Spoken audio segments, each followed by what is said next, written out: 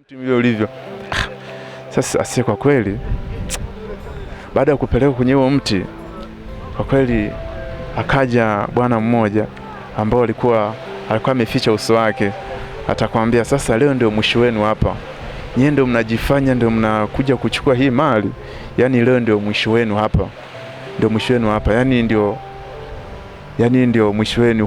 Huyo mzee anajifanya mjanja. Sasa ngoja tuwakomeshe.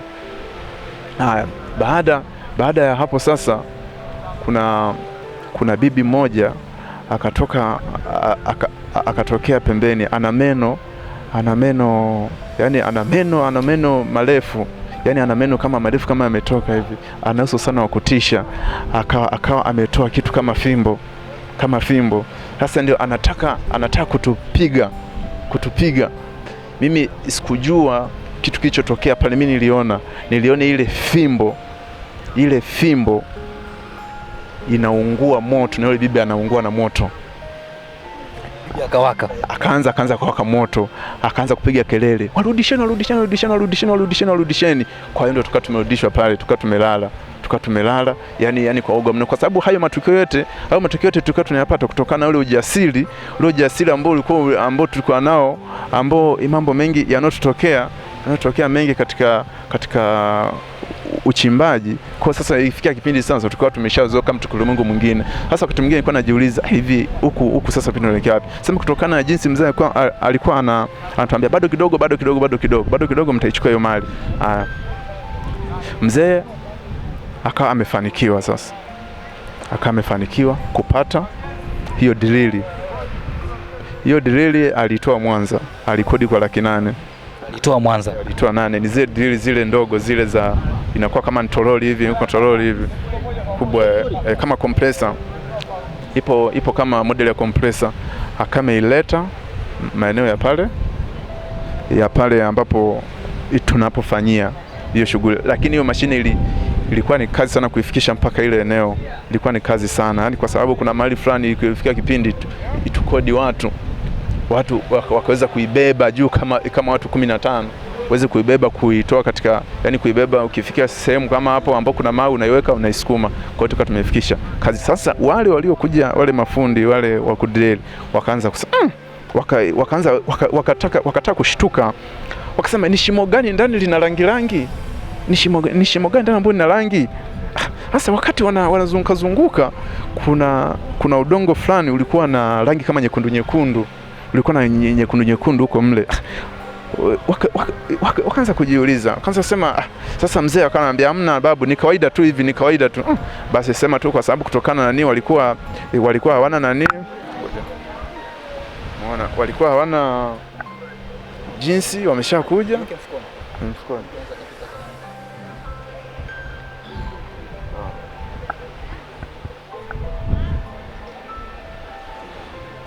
Haya, wakaanza kazi hao. Baada ya kuanza kazi wakaanza kudrill. Wakaweka biti ya kwanza ikakatika. Biti ya pili ikakatika. Akamwambia mzee, jiwe gani hili? Akamwambia hamna mzee, tuongeze ile biti. Biti imekatika. Akamwambia hamna. Biti 5 zinakatika. Zote 5 zinakatika. Wakamaliza biti zote. Akamwambia mzee, sisi hamna, kama ni hamna sisi hamna. Akamwambia sasa nimeshawaleta, nafanyaje? Ilibidi hao jamaa watoke pale, wakaenda Shinyanga, wakatafuta biti nyingine. Kwa sababu zile biti kwanza zinapatikana machache sana kwenye maduka. Wenyewe najua hawa wanaodrill wakamepata biti. Sasa mzee akashtuka, akaona hapa kuna kitu, akametengeneza dawa. Baada ya kutengeneza dawa, kweli ndio kwa bahati nzuri zile biti walizoleta ndizo zimeweza kutoboa. Baada ya kumaliza kutoboa, wakaweka baruti. Wakatega baruti. Wameweka baruti, wanalipua, hamna kitu. Hailipuki. Wakatega baruti. Kwa sababu ile tundu unaotega baruti likikataa kulipua, maana yake ile tundu halifanyi kazi tena hapo. Ikabidi wakaanza kutoboa mengine. Kutoboa jingine tena, kubali kutoboa. Wanakuja hamna kitu. Mzee akatengeneza dawa tena. Kutengeneza dawa ndio ile ya 3 ndio ikawa imelipua.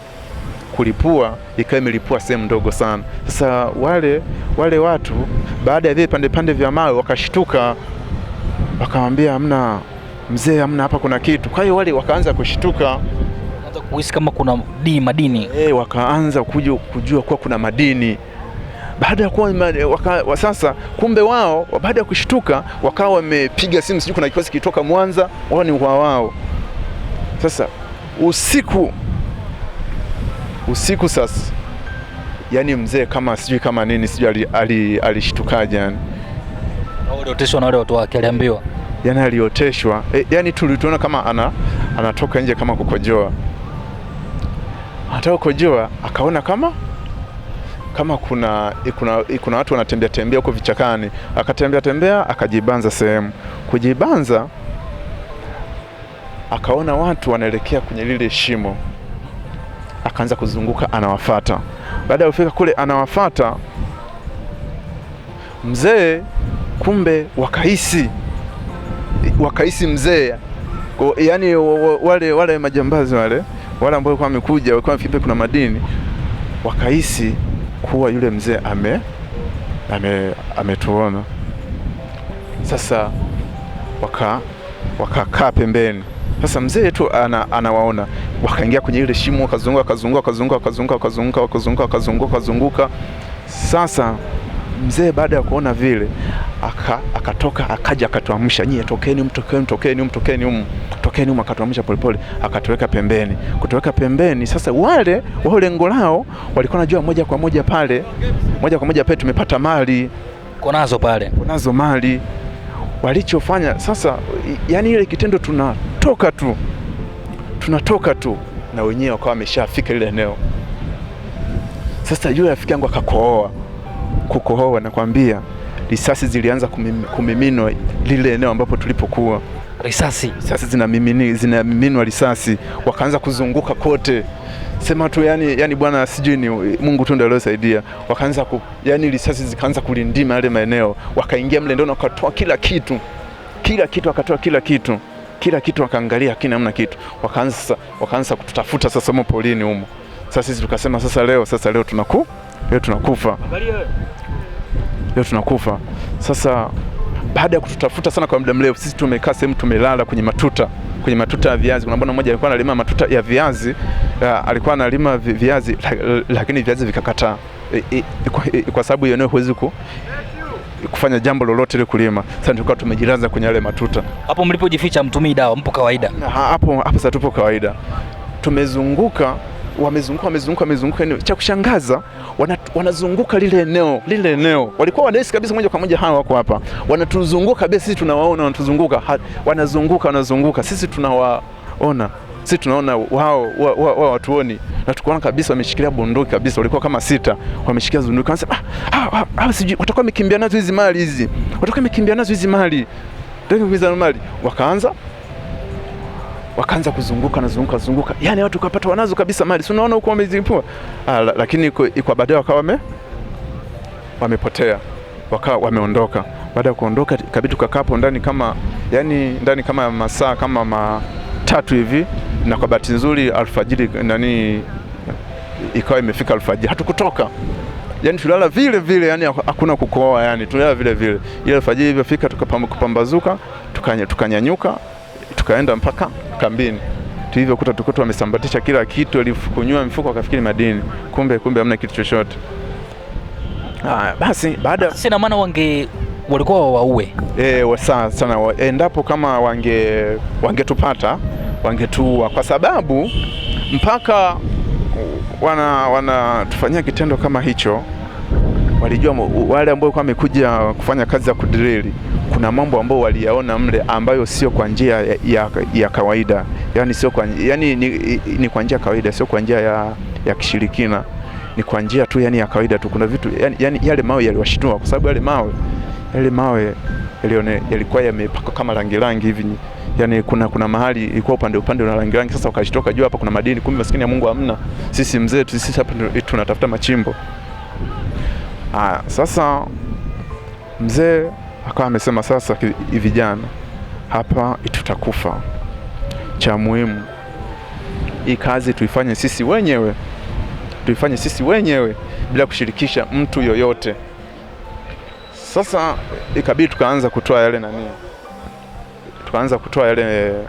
yale mawe ambayo yalikuwa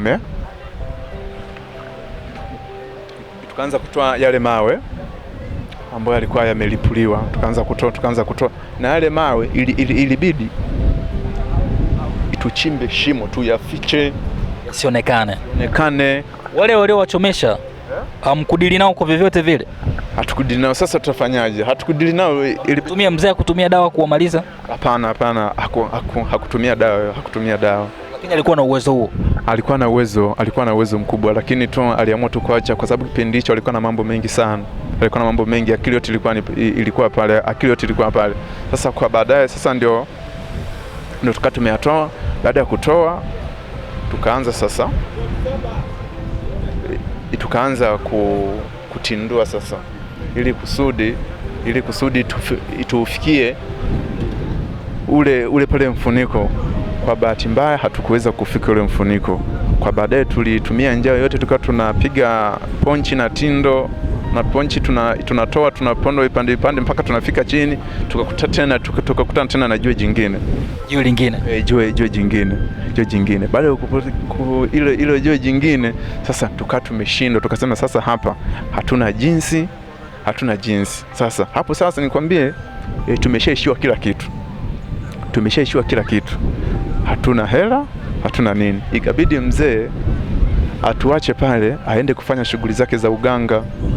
Akatuacha pale. Baada ya kwenda kufanya shughuli zake za uganga, kama wiki moja aituacha pale. Alikuwa ametuachia na unga kidogo, kwa sababu anambia nyinyi msiondoke mimi mpaka ngoja. Baada ya wiki amerudi.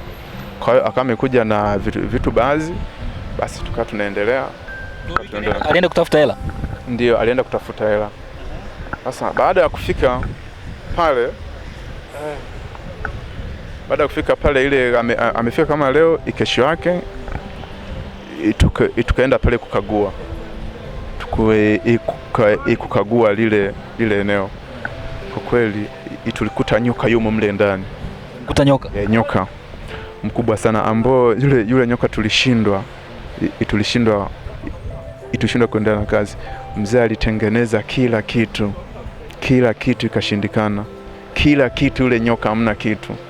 Aliita wale majini aliokuwa nao, majini ikashindikana. Sasa kilichofanyika, mzee akasema sasa hapa vijana, hapa kwanza tusubiri ndani ya siku 7 bila kukanyaga hapa. Huyu hapa nyoka atatoka mwenyewe, huwezi kuingia.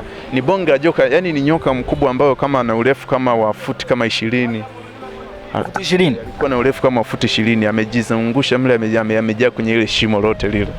Akaambia mlikuwa mmechimba? Tumechimba, ambao nataka tuingie tuendelee kupiga kidogo hiki kipande kajoka kitoka mpaka tufike mwisho. Yani sisi hapa tulikuwa tunatafuta kaeneo kadogo ambao kiasi kwamba endapo tunaweza tukatoboa tukaingia tukakutana na ule mfuniko ule. Basi tukawa tumekaa siku 7 huko hapo kambini. Kweli siku ya 8 tukaenda tukamkuta ile nyoka hayupo. Kwa kweli tukaingia mle ndani kwenye lile shimo. Kwa kweli kwa mara ya kwanza sijawahi kuona, yani tulikuwa tuna hasira.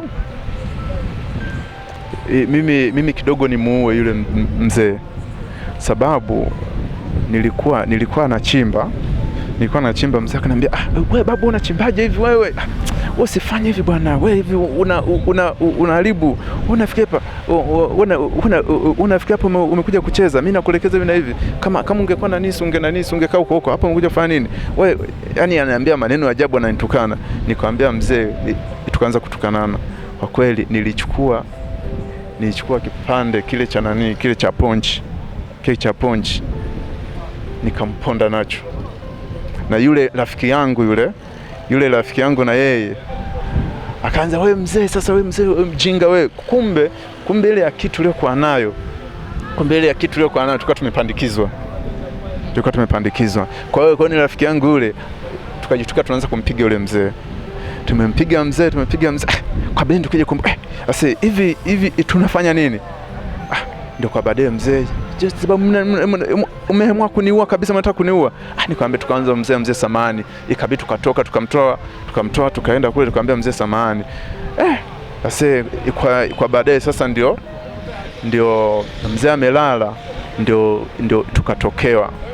tukatokewa na kwa mara ya kwanza nakuja kuona jini akaja, lakini kwa bahati mbaya nzuri, sijui na bahati mbaya, alikuwa amejificha sura, lakini chini kuna kama kwato kama za ng'ombe hivi, chini kama kwato za ng'ombe, kama kwato za ng'ombe, yani mikono yake, yani nimefu kama huu mkono wangu unalingana karibia mara 5, yani mkono wangu ujumlisha 1 2 3 urefu uunganishe mara 5. Alikuwa anatisha sana, kwambia nyie unamuona live huyo live, mnataka kufanya nini nyie? Tukamwambia sisi hatujui. Akamwambia sawa, hatuwezi kwa kweli, mzee amezidiwa sehemu fulani, sasa tumekuja kumsaidia. Kwa hiyo hatuwezi kuwalaumu nyie, hajawatengenezea dawa. Kuna dawa moja ambayo inatakiwa mimi mwenyewe niwatengenezee nyewe wenyewe, ndio tukapelekwa mlimani. Maana nani? Na huyo akamwambia jini tufuate. Kwa tukawa akametupeleka mlimani, yeye yuko mbele, sisi tuko nyuma. Anatembea hivi, mnamuona anatembea, mnamuona tunatembea. Tulivyofika mbele akabadilika, akaanza kunguruma kama ananguruma kama simba hivi, ananguruma kama simba. Sasa ndio kwa mbele ndio tukaona kama kitu kinang'aa usiku huo. Sasa tuna kitu kinang'aa, akwambia msiogope, nyinyi nifuateni.